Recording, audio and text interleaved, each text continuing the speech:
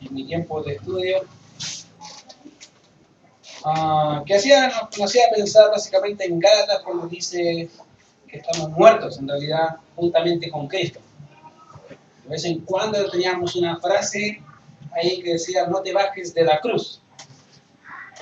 Y eso significaba básicamente volver a actuar o a decir o a pensar como éramos antes. Entonces, de vez en cuando veíamos una actitud, algo medio más mundano que cristiano, de vez en cuando decía: no te bajes de la cruz. Era un recordatorio, y hoy que de verdad estoy actuando mal. Y me hizo recordar las canciones que estábamos cantando al Señor recién, me hizo recordar esa frase: no te bajes de la cruz. Y es bueno de vez en cuando recordarlo. Y si no se sabe el versículo, recuerde eso: no se baje de la cruz. Porque de vez en cuando el hombre interior, el hombre pecador que está dentro de nosotros aún, quiere hacer sus fechorías, quiere llevarnos a pecar. Y es bueno recordarse a uno mismo: no te bajes de la cruz. Quédate ahí, muere. Porque, como le digo, de vez en cuando es una lucha. Y creo que esta semana, si no ha luchado, dígame cómo lo hizo. Pero yo sí he luchado, y creo que todos los cristianos han luchado de la semana con algún pecado o algo que ha ofendido al Señor. Y es bueno luchar. Y a veces me gusta escuchar a los hermanos y decir: ¿cómo estás? Luchando con mis pecados, como dice la Jiménez, con mis trillones de demonios. Me gusta escuchar esa frase porque me dice: no se ha dado por vencido. Es bueno. Y eso es muy bueno también porque sigue dependiendo y seguimos dependiendo del Señor. Vamos a nuestro pasaje de día, queridos, Hechos capítulo 20. Hechos capítulo 20, que es nuestra cita de día. Dentro de las Escrituras, queridos, una de las cosas que he visto desde el Antiguo Testamento hasta el Nuevo Testamento es cómo Dios trabaja con personas. Siempre lo ha hecho. Desde el principio de Génesis vemos cómo Dios obra y ha obrado y ha querido tener una relación con el hombre y también establecer relaciones de hombres con hombres, obviamente que amen al Señor y en conjunto impulsen al pueblo de Israel, como lo fue en este caso Moisés con Josué. Josué, dice el texto, que era una persona que estuvo siempre pegada al servicio de Moisés. Siempre estuvo ahí ministrando junto con Moisés, ayudándole a Moisés en todos los quehaceres que tenía que hacer. Vemos también muchos hombres en el caso de Elías con Eliseo, que era exactamente lo mismo, un siervo. Alguien que estaba ahí ayudándole. Y veo en la Biblia una y otra vez el mismo patrón de hombres queriendo hacer la voluntad de Dios, pero siempre en equipo. Y creo que ese es el patrón que ve en todas las Escrituras. Dios nunca ha mandado gente, nunca ha querido trabajar independientemente, ni ha hecho siempre ha querido establecer ese vínculo de trabajo en equipo. Obviamente hay momentos en la historia de Israel que no se dio así, como en el caso de algunos profetas, que si bien no trabajaban en equipo, no se conocían, pero sí trabajaban en un equipo en el sentido de que obraban y llevaban el mensaje del Señor de arrepentimiento hacia la nación de Israel y de Judá. Eran un equipo en ese sentido, pero también vemos ya en el Nuevo Testamento más marcado aún cómo el Señor Jesucristo trabaja en equipos. Ves por lo menos 12 hombres a los cuales Él escoge para ser sus discípulos y después para ser enviados a hacer la obra del ministerio. Y dentro de esos gran multitud que le seguía, escogió a esos 12, un equipo. Uno diría: ¿qué va a hacer con 12 hombres? Si usted conociera la vida de esos 12 hombres, usted diría: yo no haría nada con esos 12 hombres. En realidad, eran tan normales, tan como nosotros, ¿quién es Pedro? Una persona ambivalente, en realidad, no, con un fuerte carácter, sin duda, pero a veces te decía sí y después no. No sé si usted conoce, y hay muchos así, hombres tan apasionados, al punto en que el mismo Señor Jesucristo llamó a Jacob y Juan los hijos del trueno, Boanerges, tan apasionados, pero tan faltos de amor. No entendían todavía muchas cosas, y vemos así un sinfín de hombres que a la vista nuestra diríamos: ¿esos son los apóstoles? Y le preguntaríamos al Señor: Señor, ¿no hay otro por ahí que sea mejor? Bueno, Dios siempre trabaja con personas y Dios siempre ha trabajado en realidad con equipos. Y aquí tenemos este grupo de 12 donde el Señor los prepara, los envía, los encomienda a una labor y posteriormente Él sigue desarrollando esa misma función de equipo. Fíjate que en más de una ocasión vas a ver en la Biblia cuando se habla de obispos o ancianos. La palabra obispo tiene que ver, ya estamos hablando con el instituto sobre las características o los, como podríamos llamar, los cargos dentro de la iglesia, entre comillas, cargos o funciones, y dentro de ellos está el pastor. Y les explicaba que el pastor es un título. Lo mismo que obispo es un título, son títulos que se le colocan a la misma persona, pero tienen diferentes funciones.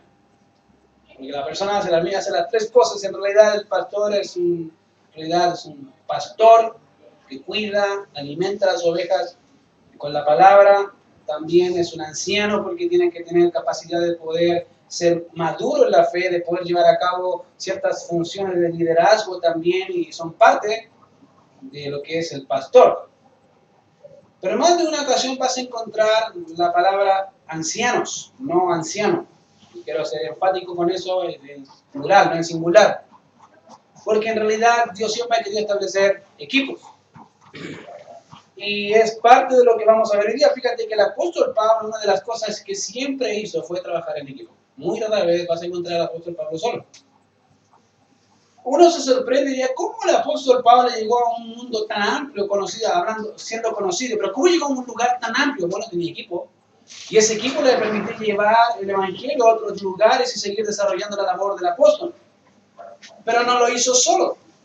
Uno diría el apóstol Pablo, sí, pero el apóstol Pablo en realidad llegó lejos, no porque él fuese más dotado que muchos, aunque en realidad lo fue, académicamente hablando, pero él decía, eso lo tengo por basura, en realidad no sirve, sino en realmente conocer el poder del Señor que actúa poderosamente en mí. Y es Dios obrando en los hombres que permite llevar a cabo la labor. Y fíjate que hoy día vamos a ver un poco de eso. Fíjate que en el verso 20, capítulo 20, verso 1, después que cesó el alboroto, ¿se acuerdan? En Éfeso. Un pequeño alboroto, en realidad no pequeño, un gran alboroto ahí, con los plateros, con un platero en particular que se llamaba, ¿se acuerdan cómo se llamaba? Demetrio.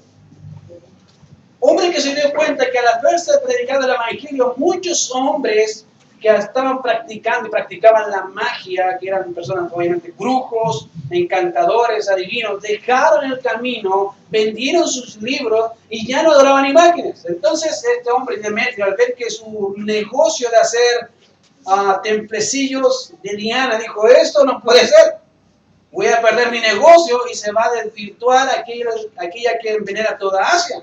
Diana de los Efesios, algún alboroto ahí muy grande, al punto de que los hermanos ahí dijeron a Pablo, no salgas, no se te ocurra salir, porque si sales aquí se arma, no salgas. Y ese fue básicamente el alboroto que pasó ahí, dice el texto, después que cesó ese alboroto. Fíjate que Pablo hizo algo. Llamó Pablo a los discípulos y habiéndoles exhortado y abrazado, se despidió y salió para ir a Macedonia. Y ya desde el principio empieza a marcar un índole y un corazón de siervo, en realidad, de amor hacia el pueblo de Dios. Fíjate que una de las cosas que el apóstol Pablo habla en 2 Corintios capítulo 11 fue que hay una cosa que le pesaba más que todas las cosas que había pasado, de persecuciones, de hambre, de muchos desvelos. Dice, y a esto se añade la carga que tengo por las iglesias. Y para Pablo siempre fue el amor al pueblo de Dios, fue algo muy significativo. Al punto en que dice, mira, que después que cesó este alboroto, en vez de irse de Éfeso, no se fue. Dice que llamó Pablo a los discípulos. Y la palabra llamar que aparece ahí es una palabra interesante, de donde obviamente podemos ver muchas cosas. Es una palabra compuesta, es una palabra en griego que es una palabra que se llama parakaleo, es una palabra combinada. Básicamente es para y calo. Cuando se juntan es parakaleo. Y esa palabra es bien interesante ahí, porque básicamente la palabra para es una proposición y obviamente las funciones de las proposiciones es marcar dirección. Ahora me dicen, me está hablando de gramática, así que les van a aprender gramática de vez en cuando. Las proposiciones marcan dirección. Dentro, ¿qué significa dentro? Estamos dentro de la iglesia, ¿cierto? Dirección, ¿hacia dónde? Hacia adentro. ¿Ya? Y eso hacen las proposiciones. Acá hay una proposición que es para. Y la función, como le digo, de una proposición es dar dirección a la acción. Y la segunda palabra es kaleo, que es traducida como llamar o convocar. De hecho, esa misma palabra kaleo es parte de una palabra nuestra que llamamos iglesia o eclesia, kaleo, que significa llamados fuera de este mundo, que es la idea. Aquí básicamente se ocupa otra palabra, otra proposición para enfatizar algo diferente, que es básicamente para kaleo, que es llamar a sí mismo. Y Pablo lo que hace aquí fue en realidad llamar a los discípulos hacia sí mismo, convocarlos a un lugar particular. Y para él era algo bien interesante. Él no solamente decía, ok, quiero que vengan, no, necesito que vengan junto conmigo a un lugar para poder despedirme de ustedes. Seguramente no iba a ser la última vez que él iba a estar ahí, no iba a ir nunca más. Probablemente él ya había visto la obra del Señor ahí con los hermanos, pero él los llamó a sí mismo para poder darles y exhortarles a aquellos que eran discípulos, y eso es algo que pasa muy a menudo con Pablo, y después más adelante cuando empieza a despedirse de las iglesias, diciendo que posiblemente ya no iba a ver más su rostro porque Dios lo estaba llamando a ir básicamente a donde César. Ahora, quiero que noten algo que me llama mucho la atención acá, y obviamente es que dice que llamó a los discípulos, no llamó a sus discípulos. No hace de los discípulos algo propio. Lo que hace de los discípulos, básicamente lo que son, discípulos de Cristo. Y es interesante notar que Pablo entendía bien su posición. Él comprendía que si bien él podía formar discípulos, no eran suyos. Los discípulos, los aprendices del Señor Jesucristo. Y esa es la idea de un discipulador. No es que voy a hacerlo más como yo, de mi forma de pensar, de mi forma de actuar. No, no. Lo que realmente el discipulador debe hacer es ver y enseñar lo que qué dice Cristo sobre los temas, qué dice Cristo sobre cada cosa, qué es lo que piensa Él, cómo debería ser Él.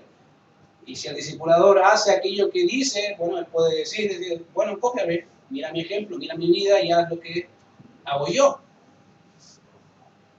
Y Pablo lo dijo así, dice, imíteme a mí porque yo imito a Cristo, y eso es una cosa que él entendía muy bien. Y es parte de ser básicamente discípulos o aprendices. Y una de las cosas que él hizo, dice, y habiéndoles exhortado y abrazado, se despidió. Y en algunas ocasiones pensar en exhortación podríamos llamarlo básicamente como ser ministrado, y a veces no se entiende bien esta función. Y a veces podríamos pensar que tenía que ver con animar o reprochar algún pecado en los hermanos, y no es así, aunque sí lo incorpora en cierto sentido, pero en realidad él está proveyendo de consuelo a los discípulos, él está consolándolos, está animando sus corazones ahí, y eso significa exhortar, o parte de la exhortación, es decir, ¿qué pasa? Yo te animo. Probablemente los hermanos estaban ahí mirándolo, que ya tenía que partir y no querían que partiera. Decía, escucha, ¿por qué te tienes que ir? Y él decía, yo te necesito y tengo que seguir haciendo la obra del Señor en otros lugares, no es el único lugar. Tengo que seguir plantando iglesias, tengo que seguir predicando el evangelio. Y los hermanos, escucha, queremos que esté con nosotros. Y ahí está Pablo consolando sus corazones, animándolos. Y creo que básicamente las palabras que siguen a esa palabra exhortar es un reflejo muy, muy fidedigno de lo que estoy diciendo. Y fíjense, y abrazando, se despidió. Y la palabra, como le digo acá, es tan particular. No solo es una palabra más en toda la multitud de palabras aquí, sino que describe el corazón del apóstol. Y la idea de ella es que el apóstol se tiró él mismo a los brazos de los discípulos. ¿Has visto a un niño cuando es pequeño y ve y espera a su padre llegar del trabajo? Muchos de ellos van y corren. Aunque apenas corren, van corriendo a abrazar al papá porque quieren escuchar al papá. Bueno, sí, esa es la misma idea del apóstol. Él se tiró a los brazos de los discípulos. Él los abrazó, los consoló, dijo, tranquilo, probablemente nos vamos a ver, como una nodriza cuidando a sus hijos. Y ese era el corazón de él. Y creo que vean, no tengo las palabras para graficarlo de mejor manera, pero en realidad el corazón de Pablo es tan tierno, tan parecido al Señor, que él mismo diciendo, yo los abrazo a ustedes, no espera que lo abracen, yo los amo. Y esa era la pose y su corazón, tan gráfico ahí, en tan pocas palabras, hacia la nación o hacia el pueblo de Dios. Fíjate que él los exhortó, les animó, consoló sus vidas y se tiró a sus brazos, probablemente los besó, sin duda, se despidió y salió para ir a Macedonia. Ahora hay una nota que necesito que entendamos muy bien escrita en este texto, y es cómo Lucas utiliza un verbo que significa parar o cesar de dar o de condensar lo que probablemente fue un año de ministerio de Pablo. En lo que en realidad va a ser condensar en dos palabras, va a decir, ok, te voy a decir una cosa y después te lo explico. Y es tan claro. En primera instancia, después que cesó el alboroto, cuando dice en el versículo 1, básicamente lo cual nos comunica y señala el acto simple, mientras en un acto simple, básicamente se terminó el alboroto, se acabó todo lo de Éfeso. Y lo condensó todo el capítulo, se acabó el alboroto. Punto. Una acción simple, rápida, para pasar a otra que era también importante. Y obviamente la segunda es para ir a Macedonia. Y obviamente nos fue descrito el proceso como lo hizo. ¿Qué hizo? Bueno, se le terminó el alboroto, llamó a los discípulos, los consoló, los abrazó y salió. Primera cosa, describe la acción rápida de terminar de hacer algo y después empezar a desarrollar cómo lo hizo, cómo se despidió de todos ellos, cómo terminó la obra ahí en Éfeso para seguir haciendo la obra del Señor, para ir a otro lugar donde el Señor le estaba preparando algún lugar ahí. Y fíjense que el texto dice, después de recorrer aquellas regiones, Macedonia y Acaya, lugares grandes sin duda, y era parte de su trabajo poder estar ahí y predicar el Evangelio. Y después de recorrer aquellas regiones y de exhortarles con abundancia de palabras, llegó a Grecia y ahí está el proceso. Ahora, fíjate que una de las cosas que después de haber visitado las regiones de alrededor, de Acaya y también de Macedonia, dice que les exhortó con abundancia de palabra. Ahora, ya vimos cómo el apóstol básicamente anima a los discípulos en el versículo 1. Los consuela, les anima, les ayuda. Y notemos que la palabra exhortación no tiene que ver únicamente con animar o cambiar a una persona que está pecando o llevando una vida pecaminosa y llamarlo al arrepentimiento. No tiene que ver solamente con hacer esa actividad, sino también de animar y consolar al hermano caído, al que está pasando por alguna pena. Tiene que ver y implica consuelo que mueve la voluntad para que juntos demos gloria al Señor. Esa es la idea de la exhortación. A veces creo que la gente no entiende lo que es exhortar. A veces creo que la gente entiende exhortación como reto. Y solo reto. Y no es eso. O no es solo eso. Exhortación es mucho más que eso y ahí lo vemos. En esta ocasión, Pablo, después de haber recorrido las ciudades de alrededor, ya sea, como dijo, Macedonia de Acaya, dice que les exhortaba. Ahora, el hecho de exhortar nos comunica lo que la exhortación es en la predicación. Fíjate que Pablo no solamente anima a los hermanos, sino que también les expone, y lo más seguro es que le habla las escrituras. Dice, con abundancia de palabras. Si ustedes creen que el pastor Antonio predica largo, él predica más largo que el pastor. Uno dice, son 1 hora y lleva hablando el pastor. Y Pablo dice, y 1 hora da un poquito, 1 hora. Yo tengo 4 horas, ¿cuál es el problema? Eso es abundancia de palabras, es abundancia, diría uno, bueno, esa es la realidad. Ahora, fíjate qué interesante es que, en otras palabras, comunicar la verdad debe llevar en sí el acto de la voluntad a hacer algo. Eso es la predicación, llevar a tu voluntad a hacer algo, no decir, uy, qué linda la predicación, sino a moverte a hacer algo. No quedarte quieto, no quedarte pasivamente diciendo, Dios me habló y no dice nada. La Biblia dice que los que hacen eso en realidad no han escuchado a Dios. Es como decir, uy, qué lindo mensaje, ya. Y me acordé de este hermano. No sé si te ha pasado alguna vez, que cada vez que Dios te está hablando algo a ti, te acuerdas de tal persona. Sí, la tenía que haber escuchado a él. En vez de decir, gracias a Dios porque tú me lo estás diciendo a mí. Yo soy aquí. Y eso significa tener un corazón dispuesto a oír. De hecho, el mismo autor a los Hebreos dice, si oyereis hoy su voz, entonces cae vuestros corazones. Y lo dice ahí, se lo dice a la nación y a la iglesia, y no cae en el corazón como lo hicieron sus antepasados. No lo hagan. Si escuchan a Dios, no digan, eso es para otro, no digan, ¿sabes qué? Eso lo voy a hacer más rato. O no digan, ¿sabes qué? Posiblemente puede que sea verdad. No, es verdad, Dios siempre dice la verdad. Y es para ti porque Dios te habla a ti. Es muy personal y no son cosas tan a la ligera. Hace tiempo escuché que la predicación puede hacer tres cosas. Una, o es algo, o Dios te va a contestar preguntas que tenías hace mucho tiempo. Y te va a animar y te va a consolar. Si no te acuerdas que pasaste por esta situación, y era por esto. Y dices, gracias Señora, no lo entiendo. A veces Dios no va a hacer eso, a veces Dios te va a decir, oye, alguna situación particular de hoy en día que tú estás orando y estás pasando, y Dios te va a decir, aquí está tu consuelo. Pero a veces también Dios te va a decir cosas que van a pasar. Y te está diciendo, prepárate, ora, persevera, escucha, no se te olvide lo que te está diciendo, que puede pasar.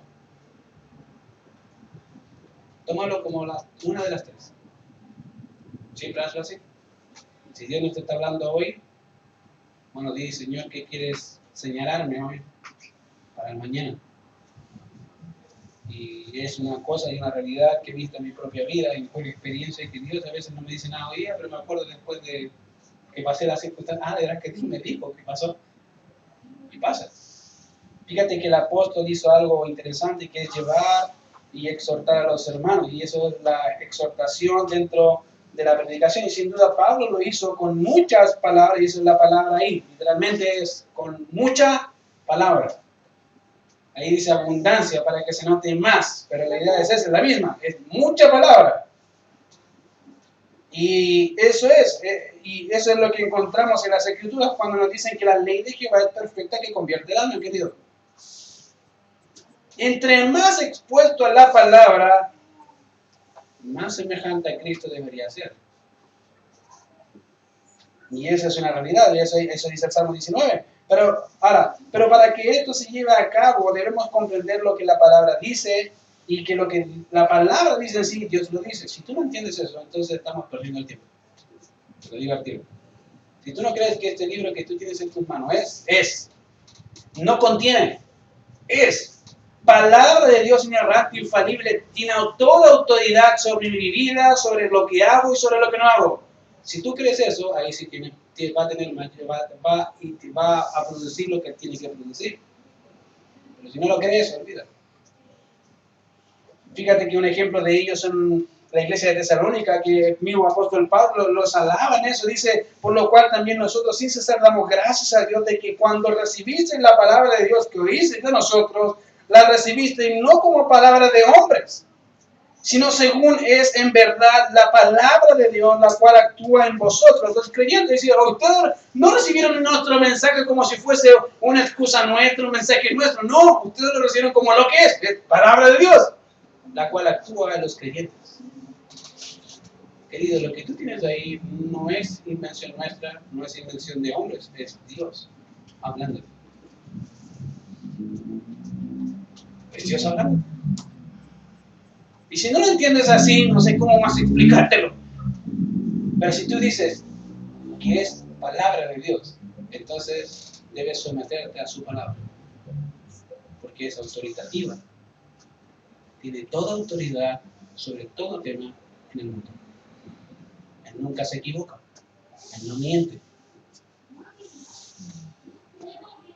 Fíjate que una de las cosas que oigo del Señor, y sé que porque ya la leí, por eso la oigo, es que Él dirá un día, ¿por qué me dices Señor, Señor? Y no haces lo que te digo. Y uno dice, ¿y a dónde me lo dijiste? Pero si tienes todo un libro, 66 libros que te dejé, y ahí está escrito. Es que yo no creía que esa era tu palabra. Bueno, entonces era problemamiento de ese. Yo ya te lo dejé. Son mis palabras. Y querido, eso en realidad, sin esto es negar, queridos, el testimonio del Espíritu Santo, hablando por los profetas, por los apóstoles, hablando de Cristo y por Cristo y de Dios. Porque de esa de él ama. Si tú no crees eso, estás negando todo lo que Dios dice y es. Así de simple. Yo diría, tan serio ese punto, así de serio. Querido, es en realidad la palabra la que hace y transforma el corazón. No son los hombres, es Dios por medio de su palabra que cambia el alma. Hoy día mientras leía, me llamó la atención hace rato que lo había leído, pero se me había olvidado. De vez en cuando tengo un libro y me ayuda a recordar ciertas cosas. Y estaba leyendo Proverbios y una de las cosas que me hizo recordar fue, en realidad, de toda cosa guardada, guarda tu corazón porque de él la vida. Y yo digo, pero de memoria es fácil. Y me puse a averiguar, de vez en cuando me he vuelto a meditar un poco y digo, ok, sobre guarda tu corazón. ¿Qué es el corazón? Tengo que guardar mi día, guardar de mi infarto. No tiene que ver con guardar tu corazón de mi infarto. Y me hizo recordar que cuando la Biblia habla del corazón, tiene que ver básicamente con la mente. Todo lo que la mente puede hacer y desarrollar. Podríamos traducir así, de todas cosas guardadas, guarda tu mente, porque de él mana la vida. O sea, y en otras palabras, me hizo recordar un proverbio que decía, tal es el pensamiento en su corazón, tal es él.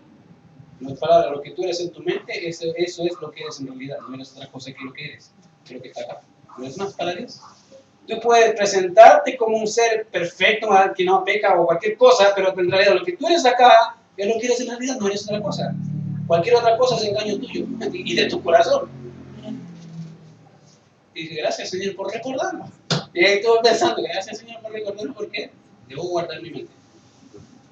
Debo guardar mi mente. Y dice, ¿cómo lo hago? Biblia.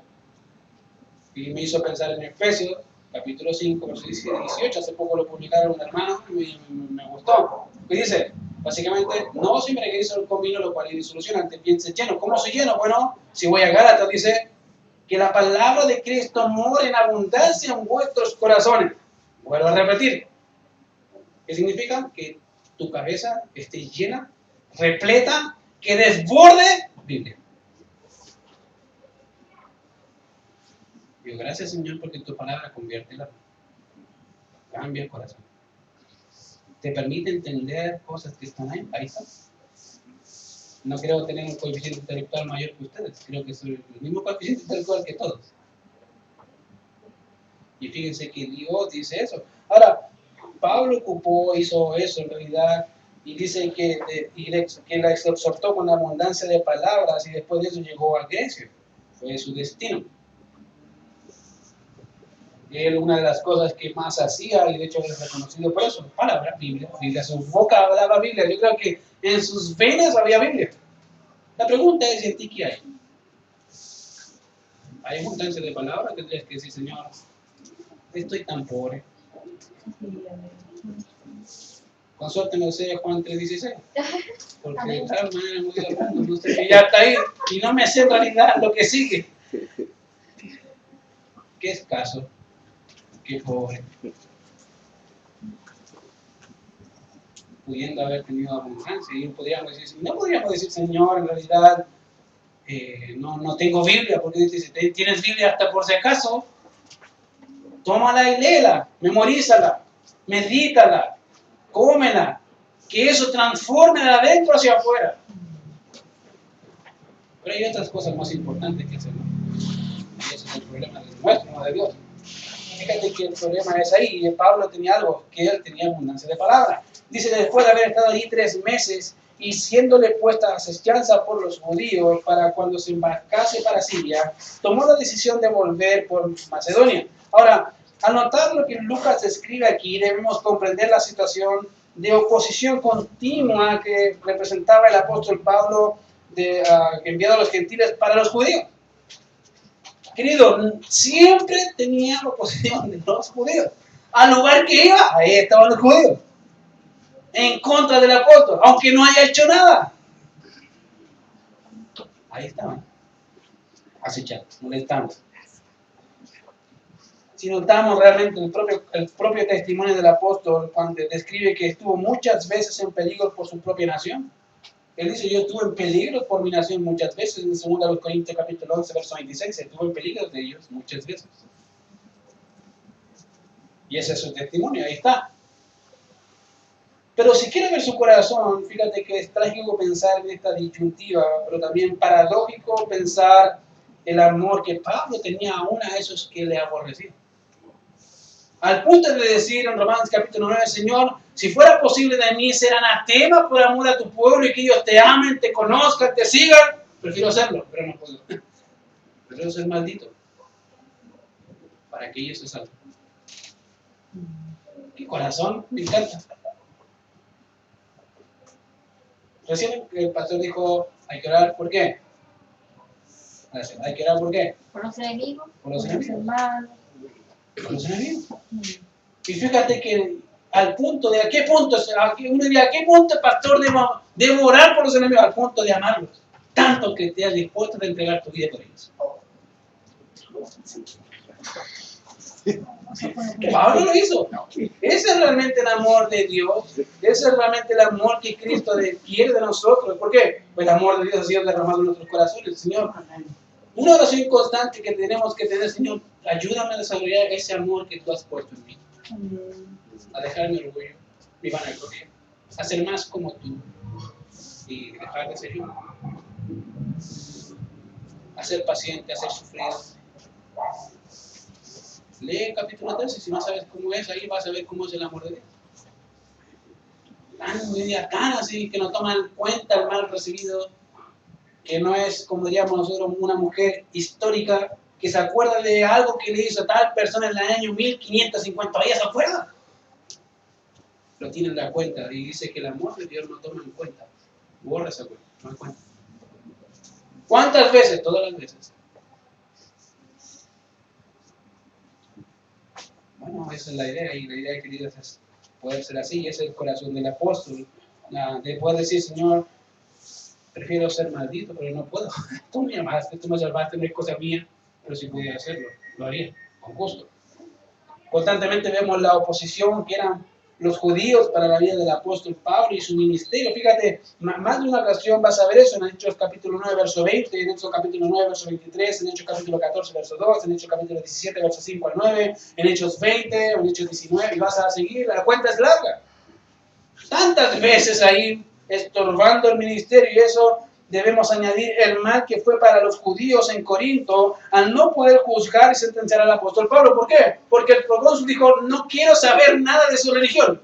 Punto, se acabó. Llévense, chao. Tienen que haber quedado tan enojados por no poder hacer justicia, por no poder condenarlo. Bueno, se estaba. ¿Al punto de qué? De que estaban tramando acechanza para matarlo en un barco. Y no era un barco, y no piensen en un barco de 5 estrellas, un crucero, eso no.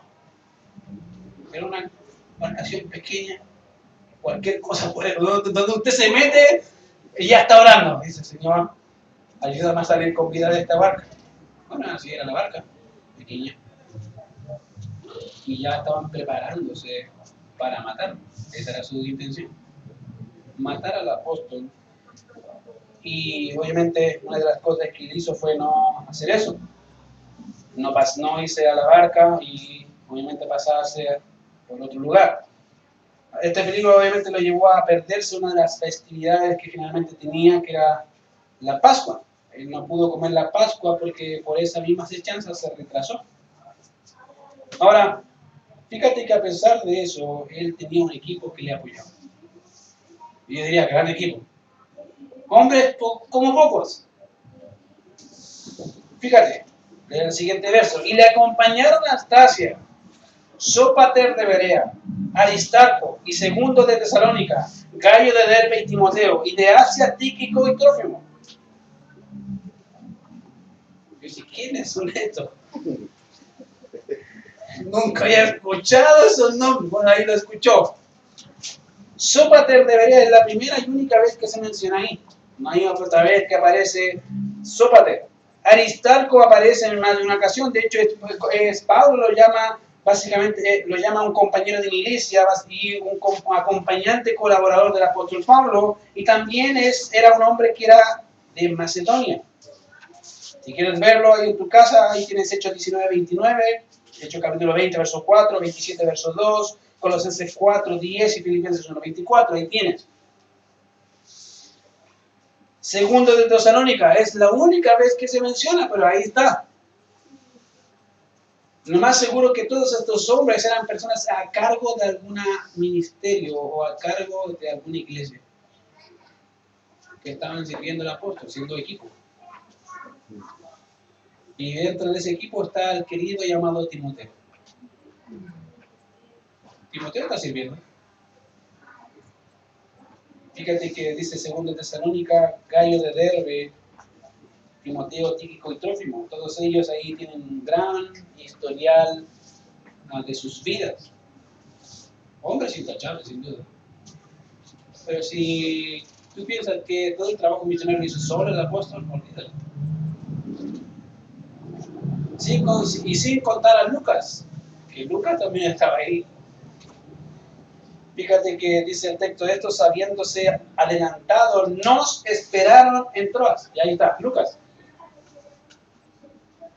El pronombre nos implica que nuevamente Lucas y Pablo se vieron. Dice, nos esperaron allá. Entonces Lucas estaba. Sí, estaba. El médico amado del apóstol Pablo estaba presente, siempre estuvo ahí.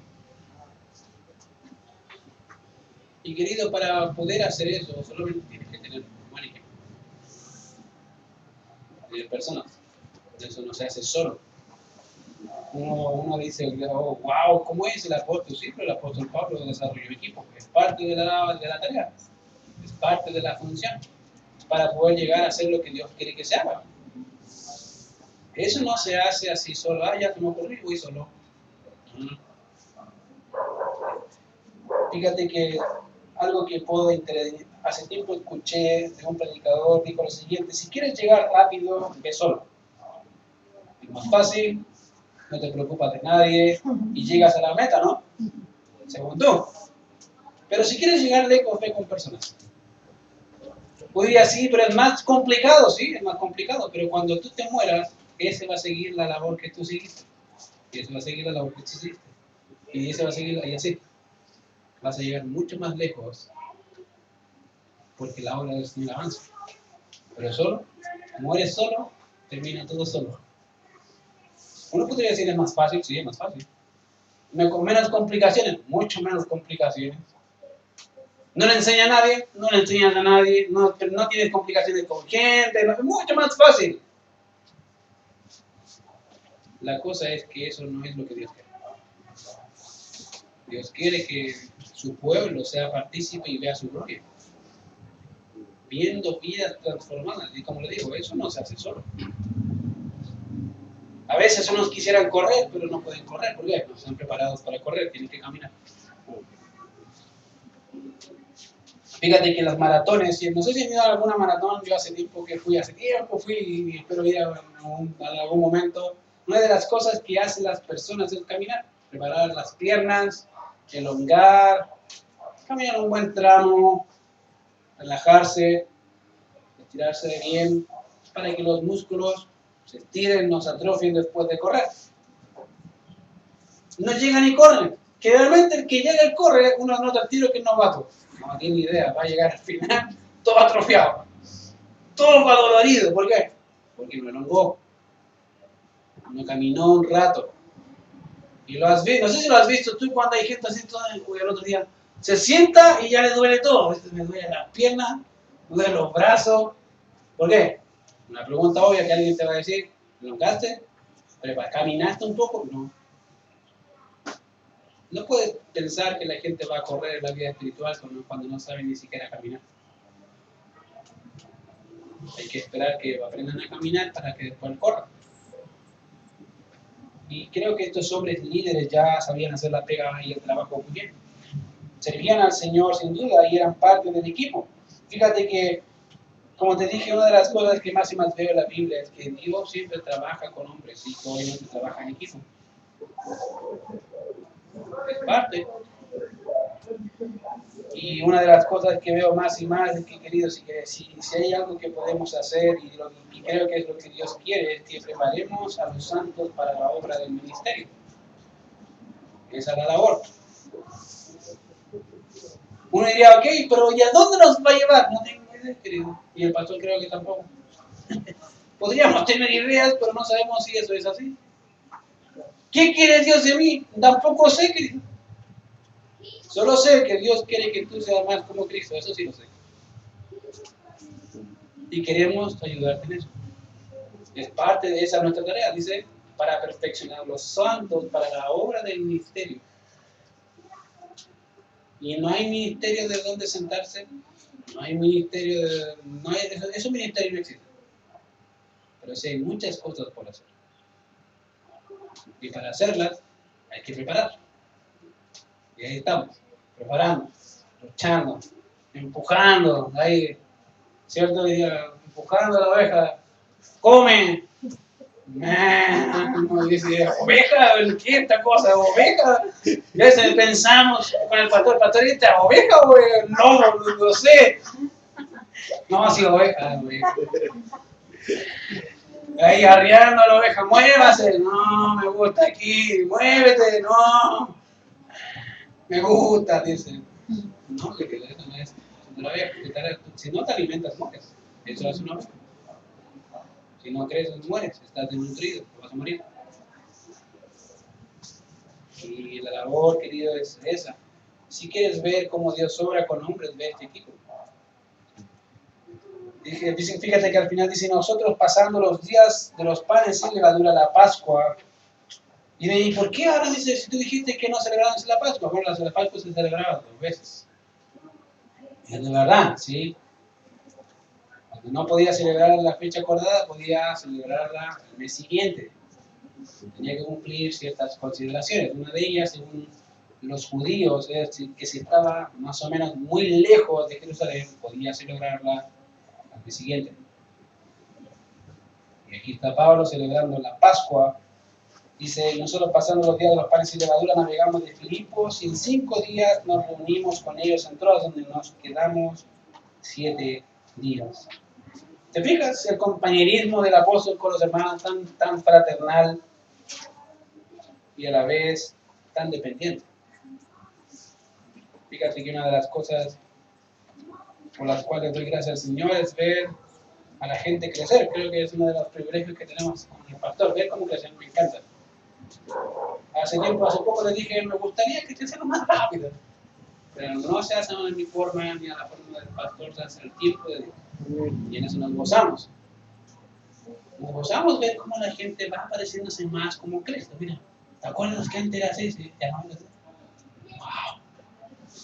Y le damos gracias y gloria al Señor. ¿Por qué? Porque aquel pecador que antes era, ahora está dejándose hacer más como Cristo.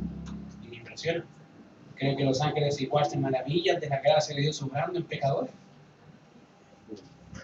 Al punto que dice que dan gloria a Dios en los cielos por un pecador que se arrepiente. Yo me imagino más cuando después de arrepentido empieza a cambiar, hasta el punto de decir, mira, habla como Cristo, piensa como Cristo, todas las palabras de que se las sabe, está ahí, practicando, viviendo, haciendo lo que Cristo hace. Es como es un pequeño cristiano, mira, un pequeño Cristo, una pequeña lumbrera de aquel que murió y resucitó por ellos. Querido, que ese sea tu desafío. Dios quiere equipos y quiere hacerte parte del equipo. Somos iglesia y una de las analogías que Pablo ocupa que somos cuerpo. Todos participamos. Vamos a orar. Señor, te damos gracias por este tiempo y gracias por todo lo que tú haces. Gracias por este equipo tan maravilloso de siervos, Señor. Por tiempo sin duda no podemos ver sus vidas, pero sé que son hombres, Señor, que te aman. Y digo que te aman porque el Señor en realidad está contigo.